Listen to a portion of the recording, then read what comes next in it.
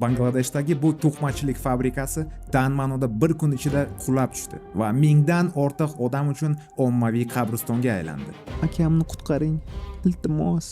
Akamni qutqaring. Ispan kompaniyasining sof foydasi moliyaviy yil yakunida daromad 10% ga oshib, 3 milliard 160 million yevroga yetdi. Biz Bangladeshdagi to'qimachilik sanoatida ishlayotgan odamlar sharoitini doimiy ravishda yaxshilab boryapmiz. Agar birgina dangasa ham ishlamay qo'ysa, hammangni onangni uch qo'rg'ondan ko'rsataman. Hoy, qanjiq, ko'zing qayerda? Ishla davay. Bu qulash umuman kutilmagan narsa emas edi. Falokatdan bir necha kun oldin ustunalarda ulkan yoriqlar paydo bo'lgan.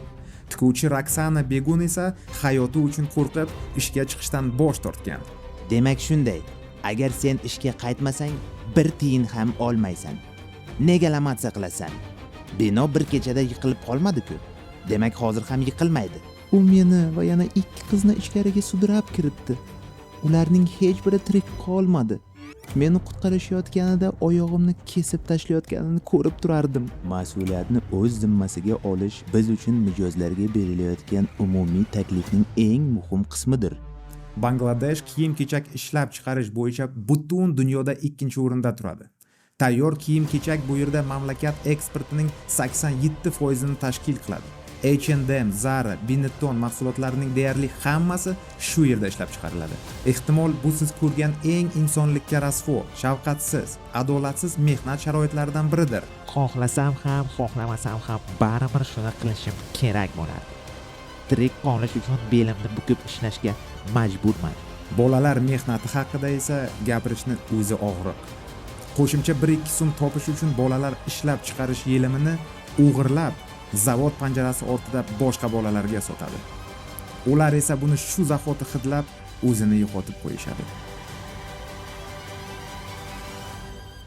Tomog'im og'riyapti. Men guruch xohlayapman.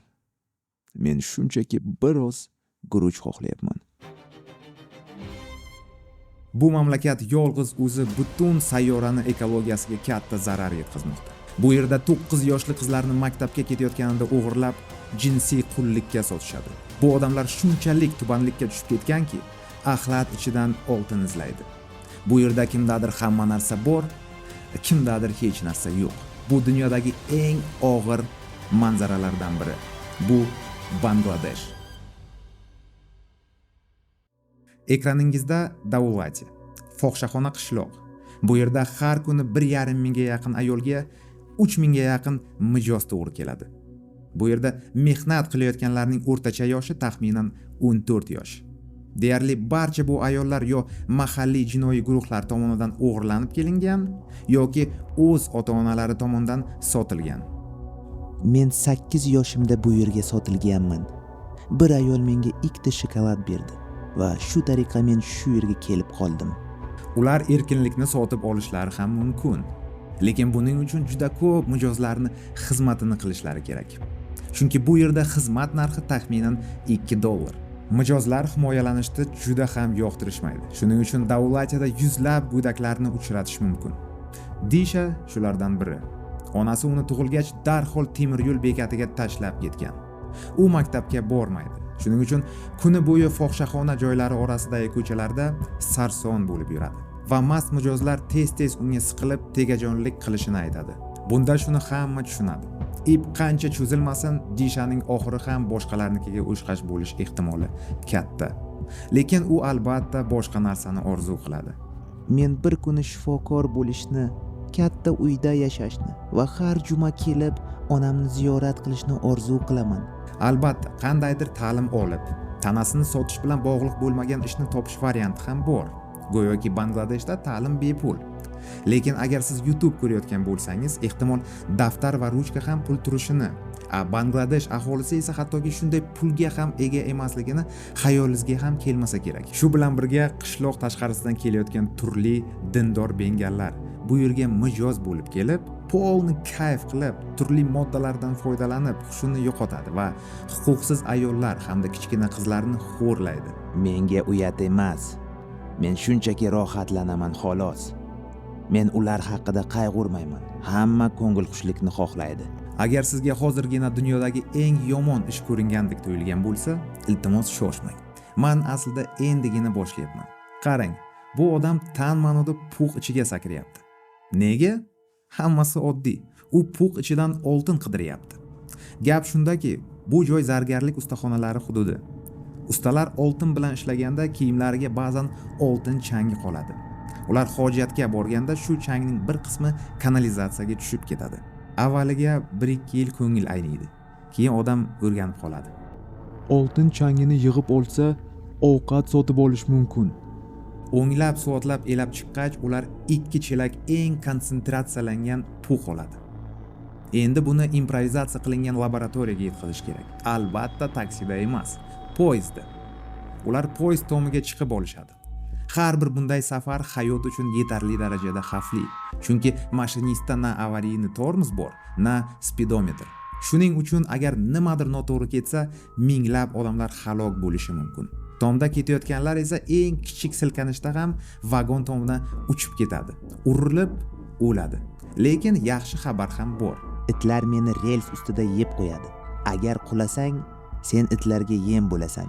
Xo'sh, pug' akvalangistlarimiz baribir yetib keldi. Moddalarni aralashmalardan tozalash uchun ular kuchli kislota qo'shadi. Uning bug'lari terni, ko'zni va shilliqlikni kuydiradi. Kislotadan keyin ular simob qo'shib, yalang qo'l bilan yaxshilab ishqab surtishadi va nihoyat natija kaftda zo'rg'a ko'rinadigan mayda oltin zarrasi.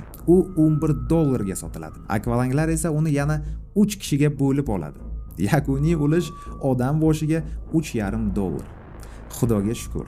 Ha, aytgancha, mana bu go'zallarga ham bir qarang. Bu yerda ularni hijra deb atashadi. Bu dunyodagi musulmon transgenderlar hamjamiyatini eng mashhurlaridan biri. Davlat ularni rasmiy ravishda 3-jins sifatida tan olgan va o'z masjidini qurish uchun hudud ajratgan. Boshqa masjidlarda ularga ibodat qilish ruxsat berilmaydi. Dafn ham aytishlaricha alohida qilinadi. Ularni ishga deyarli hech kim olmaydi. Shuning uchun hijralar ko'pincha firibgarlik, jinsiy ekspluatatsiya va tilanchilik bilan kun kechiradi. Shafqatsiz stigmatizatsiyaga qaramay, ba'zan ularga sadaqa ham berishadi. Lekin bu achinishdan ko'ra ko'proq qo'rquvdan. Bangladeshda hayot juda og'ir. Buni deyarli har qanday statistika tasdiqlaydi. Jon boshiga VVP, ya'ni yalpi ichki mahsulot taxminan $2.5 ming. Kimdir aytadi, dunyodagi eng zich aholi yashayotgan mamlakatda aholisi aytgancha Rossiyaga yaqin 174 million odam. Hududi esa Navoiy viloyatday joyda har bir inson uchun munosib hayotni yo'lga qo'yish qiyin. Lekin o'sha Xitoy, yumshoq qilib aytganda ham, ideal emas. Ammo bu ko'rsatkichda Bangladeshdan qariyb 5 barobar oldinda. Korrupsiya darajasi dunyoda 180 ta mamlakat ichida 149-o'rinda. Umid qilamanki, raqamlardan charchamadingiz, chunki men davom etishga majburman. Mamlakat fuqarolarining qariyb yarmi ochlikda yashaydi. Qizlarning 30% 15 yoshga yetmasdan turmushga chiqadi. Bu hech qanday ko'pirtirishsiz sayyoradagi eng yuqori bolalar nikohi ko'rsatkichlaridan biri. Masalan, mana bu qizning o'zi 14 yoshga ham to'lmagan, ammo uning allaqachon 1 yoshli bolasi bor. Bu yerda rozilik va muhabbat haqida gap yo'q. Qizlarning ota-onasi kim ko'proq pul bersa, o'shanga sotadi. Bu esa poytaxt Dakka. 2024-yil ma'lumotlariga ko'ra, butun dunyoda ifloslanish bo'yicha 2-o'rinda turadigan shahar sifatida tilga olinadi. Bu yerda hatto tog'da ham axlat va chiqindilar bilan chidab bo'lmaydigan darajada sasiydi. Bunday dahshatli ekologiya bolalar o'limi, umr davomiyligi va deyarli barcha kasalliklar tarqalishiga juda keskin ta'sir qiladi.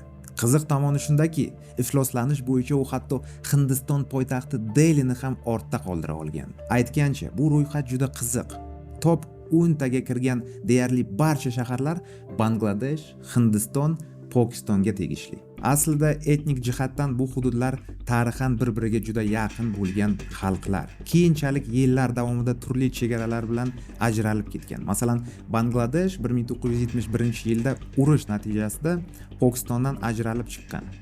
Shundan beri bu hududlarni bir-biridan faqatgina xaritadagi chiziqlar ajratib turadi. Kimdir aytadi, "Ho'y, gapingga ehtiyot bo'l." Ha, albatta, bu ularning mamlakati.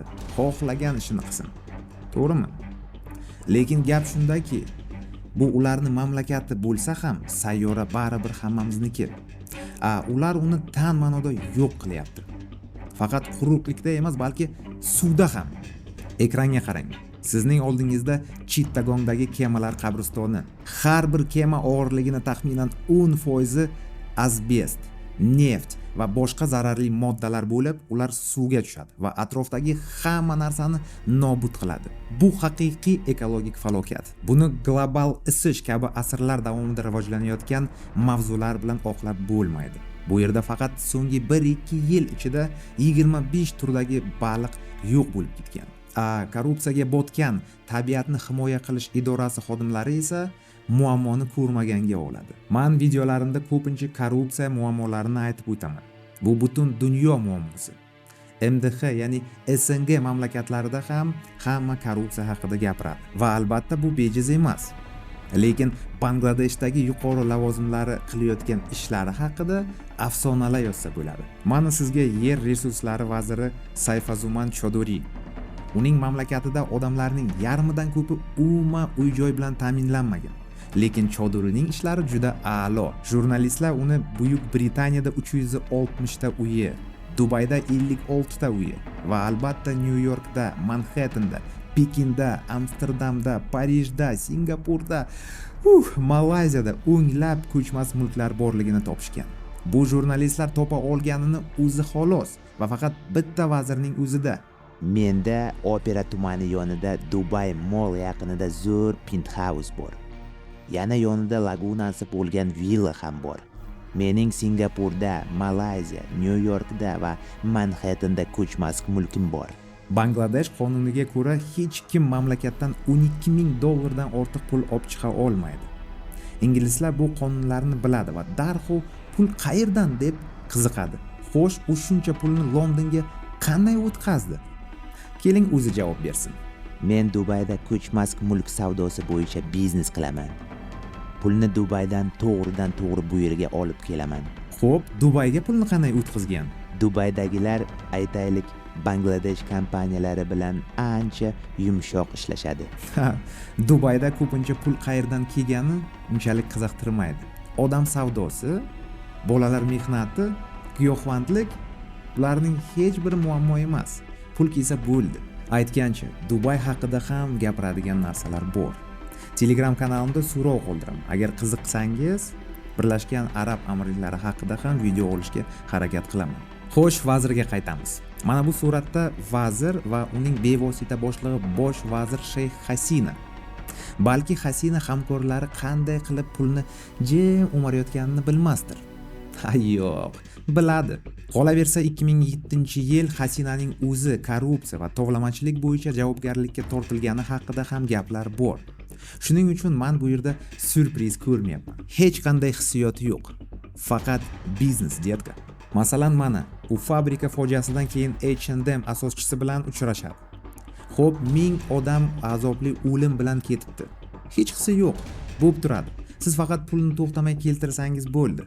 O'sha kuni bu ikki insofsiz boy odam irjayib turib $38 rasmiy minimal oylik baribir ortiqcha ekanini muhokama qilishdi. Aytgancha, o'sha payt bu dunyodagi eng past minimal ko'rsatkichlardan biri edi.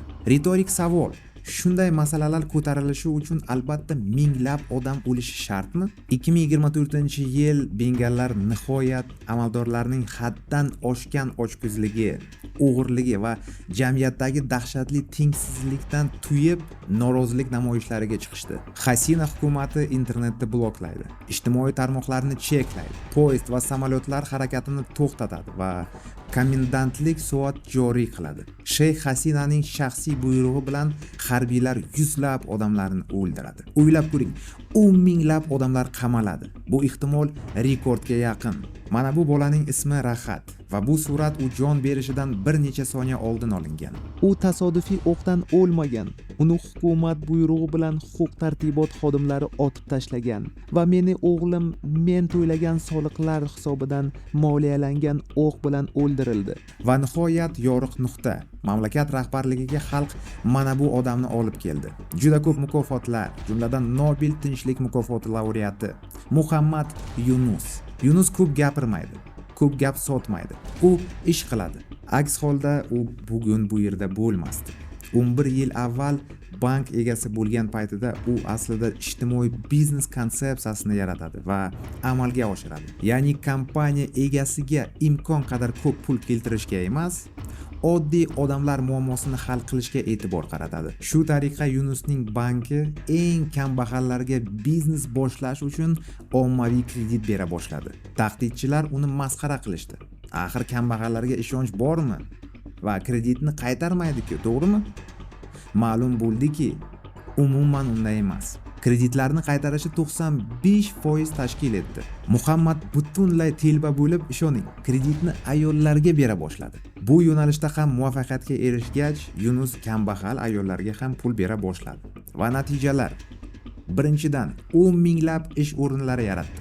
Ikkinchidan, 100 minglab ayollar daromad topish imkoniga ega bo'ldi. Bugun qarz oluvchilarning, ya'ni kredit oluvchilarning 97% ayollar. Uchinchidan, aholining haddan tashqari ko'payish muammosi sezilarli darajada yumshadi. Endi ayollarda faqat bola tug'ishdan boshqa imkoniyat ham paydo bo'ldi. Taqqoslash uchun Xitoy aholining ko'payishini to'xtatish maqsadida bir vaqtlar millionlab ayollar majburan sterilizatsiya qilingan. Va siz o'ylaysiz, u psix shu yerda to'xtadi. Yo'q. Keyin u sug'urta, sog'liq saqlash va boshqa sohalarda ko'plab ijtimoiy bizneslarni ochdi. Va nafaqat Bangladeshda, balki butun dunyo bo'ylab. Muhammad Yunus 10 yil avval ham haqiqiy liderday harakat qilgan. Bugun esa u rasmiy ravishda rolga kirdi. Bu chumchuqcha qayerdan uchib chiqqanini tushunish qiyin. Chunki Bangladesh elitasi odatda boshqacha ko'rinadi. Mana sizga juda ham yorqin misol. Bu molni ismi Musabbin Shamsher. Uning qo'lida o'zi ovqatlanishga yetarlicha kuchi bor, lekin bu uni qilishni xohlamaydi. Chunki ko'ryapsiz, u shunchalik boyki, mushaklarini ishlatishni ham istamaydi. Nihoyatda boy. Bu degani xavfli darajada boy. Bu yerda sizning juda ko'p suratlaringiz bor. O'zingizga qarash yoqadimi? Ba'zan. U aytgancha o'z yurtdoshlarini mehnat migratsiyasiga sotish orqali ko'tarilgan. Keyin qurol savdosi ham bo'lgan deyishadi. Uning bank hisobida esa allaqachon 7 milliard dollar yig'ilib qolgan. Yana brilliant ruchkalar, brilliant soatlar, brilliant manjet tugmalari va hatto brilliant kamar ham bor.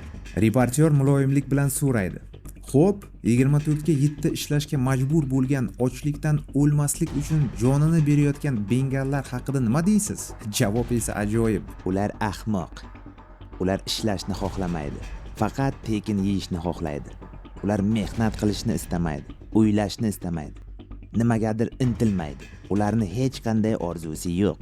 Jurnalist bilan suhbatini deyarli 100% o'zini qanchalik boyligi, aqlli ekanligi va eng muhimi, xalq uchun qanchalik foydaligi ekani haqida. Reportyor esa: "Lekin siz pulni offshoraga chiqarib soliq to'lamaysiz-ku. Xalq uchun foyda qayerdan?" deydi. Men xohlamayman. Agar soliqsiz biznes qilish imkoni bo'lsa, nega bosh qotirishim kerak? Xulosa: Bangladesh afsuski kirni topish uchun kavlash shart bo'lmagan mamlakat. Shu bilan birga boshqa mamlakatlar misollari shuni ko'rsatadiki, ba'zan bitta to'g'ri, insofli qadam butun partiyani yutib beradi. Har qanday muammo yechilishi mumkin. Muhammad Yunus esa tan ma'noda hokimiyat tepasiga yaqin turibdi. Ammo hozircha aniq xulosa chiqarish hali juda erta. Faqat shuni aniq ayta olamanki, Yunus hukmronligi qanday yakunlashidan qat'iy nazar, mamlakat sharoiti bundan battar yomon bo'lishi qiyin. Tomosha qilganingiz uchun katta rahmat. Agar siz Yaponiya orzu qilinadigan mamlakat emasligi haqida video ko'rmoqchi bo'lsangiz, ekrandagi havolaga o'ting. Yana bir juda muhim ma'lumot. YouTube statistikam shuni ko'rsatyapti. 99% kuzatuvchilarim obuna bo'lmay chiqib ketishyapti. Nimaga shunday qilasizlar? Shunagina o'tib bitta tugmachani bosib qo'yish shunchalik qiyinmi?